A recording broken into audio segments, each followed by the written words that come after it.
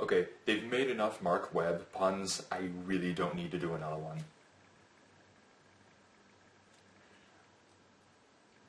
His last name's Webb. Like, seriously? That's perfect. That's absolutely perfect.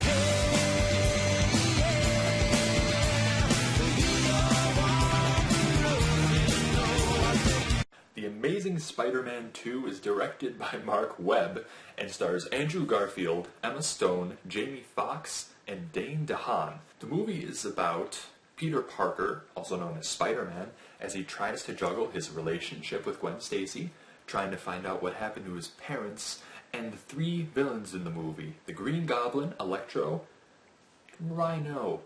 Kinda, not really at all, but we'll get to that later, I'll explain. What did I think of the movie? I really liked it. I thought it was better than the first Spider-Man, and I thought, yeah, it's just a good movie in its own right, a good sequel and a good comic book movie. Andrew Garfield as Spider-Man, as always, just a great job. He has a lot of charisma, he has a lot of wit. His jokes hit in this movie just like they did in the first one. He has good emotion. His emotional scenes were really nice, and I didn't really expect that much out of him, but there's one certain scene in the movie, which I won't spoil, that's very emotional, and he does a great job. I really believed in their man tears. Man tears rolling down my face. Well, not rolling, there was like one man. A single Y chromosome tear falling down, and it fell. And it was bad. But yeah, Andrew Garfield, really good job. Emma Stone as Gwen Stacy, knocked it out of the park. She is a really, really good Gwen Stacy. She is witty, just like Andrew Garfield is. And their chemistry together is fantastic. I know they date in real life, and that really helps, but seriously, that is one of the best comic book on-screen chemistries I've ever seen. Probably the best. They're just really, really good together, and I don't like you, Andrew Garfield. Took Emma Stone off the market. The villains in the movie are also really good as actors. That brings me to one of my negative points, which I'll get to in a second, but first let me talk about these guys.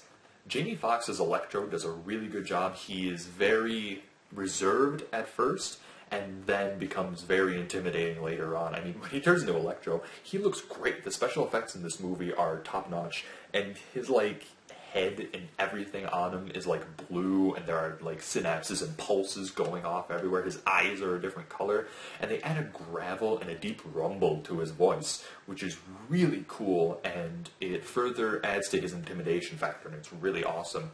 Dane DeHaan as the Green Goblin and Harry Osborn, I called it that this dude was going to be a good actor when I saw him in Chronicle, and does not disappoint at all. As Harry Osborn, he's really cool.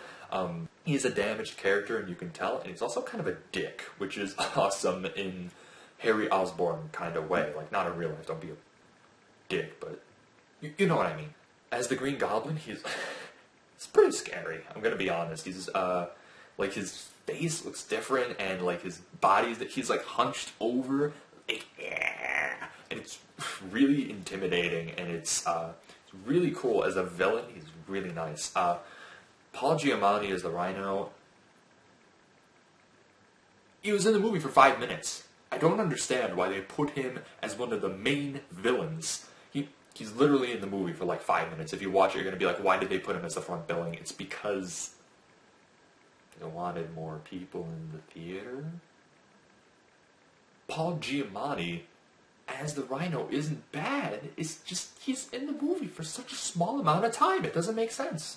That brings me to one of the negatives of the movie. There are many negatives, and this is just one of them, is that the character development for the villains is not as good as I wanted it to be. See, Electro and Green Goblin share most of the villain screen time. I told you Paul Giamatti's in it for, like, you blink and he's gone. But for the Green Goblin and Electro, they have to split their character development, and it really doesn't work as well as I wanted it to. I mean, of course there's character development once Electro goes from meek to, like, really just while Harry Osborn goes through a good development. It's just, it could have been a lot better, and that's really one of the things about this movie that I didn't really like as much as the other parts. The fight scenes in the movie, really good. a lot of it is spoiled in the trailers. So if you've seen the trailers, you've seen like a good 3/4 of the action you're going to see in this movie. That's bad. But the other like quarter that you haven't seen in the trailers is really good. It's really fluid. I like the special effects that they use. Just Spider-Man, the way he uses web is just insane. There's a scene that they show in the trailer where he like grabs his web and it just spirals out because he uses his finger and it just catches a car. Like, wow! Who would even think of that? If I were in that situation, I would get hit by a car. I would just, like, gone. That'd be it. The fight scenes are really cool. The overall story of the movie is really nice.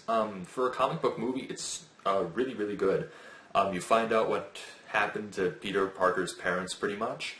You find out more about Oscorp, what's going on there. Find out Harry Osborn's backstory. It's really nice, and I liked some of the things that they did in the movie. It's kind of close to the comics from what my friend told me, and that's really cool too. Like, you can rereading the Spider-Man comics, go there, and you'll be satisfied, which is really one of the big things for a movie to do if it's a comic book movie. The one gripe I had about the storytelling is probably pacing around the midpoint of the movie. There's a point where you don't see Spider-Man in costume for about a half hour, 45 minutes, which isn't a bad thing necessarily. They have a lot of story development in there, but if you're going to a superhero movie, you're going to expect to see action. And there is. There's action in the beginning, there's action near the end, but in that middle part, there isn't any action at all. Like, there's just a continuous flow of storytelling, and that's good. I personally like that, but other people might not.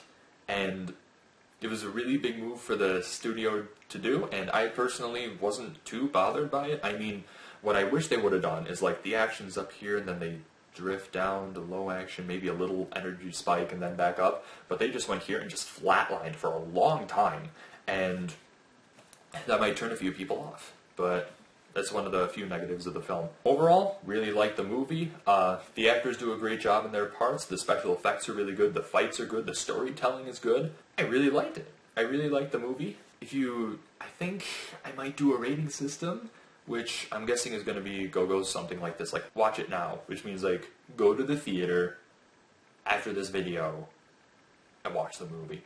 Or watch it in theaters, which means you don't have to go right now, but watch it in the theater. I mean, going to a movie theater is a great experience, and you should be able to go there and watch a movie and enjoy it, and that's what the rating is for. Other one is if you have the time, which is kind of like a subtext to it, I guess, which would be like, if you have the time to go see the movie, go see the movie. If not, it's not a big deal. Get it on Blu-ray, buy it, get it, keep it, watch it, it'll be great for you. Rent it on Blu-ray. It's not good enough to buy, but give it a rent. Get it from a friend if it's if it's really not that good, get it from a friend, and don't effing bother. Like, don't even go for it if it's that bad. Just avoid the movie at all costs. If like your mother's like, oh, let's watch this movie, book it, run. But anyway, thank you guys for watching my video. For The Amazing Spider-Man 2, I'm going to give it a watch it rating. You don't need to run and see it right now if you don't want to, but watch it in the movie theater. It'll be a good experience for you and a bunch of friends if you want to take them. But thank you guys so much for watching my video. Leave a like if you liked it. Leave a comment. I would love to read comments. Give it a favorite, which would be cool. And subscribe. This is my first review video, and it would be fantastic if people would subscribe and I would get, you know, more notice. Yeah, review. Again, thank you guys so much for watching, and I'll see you guys later. Peace.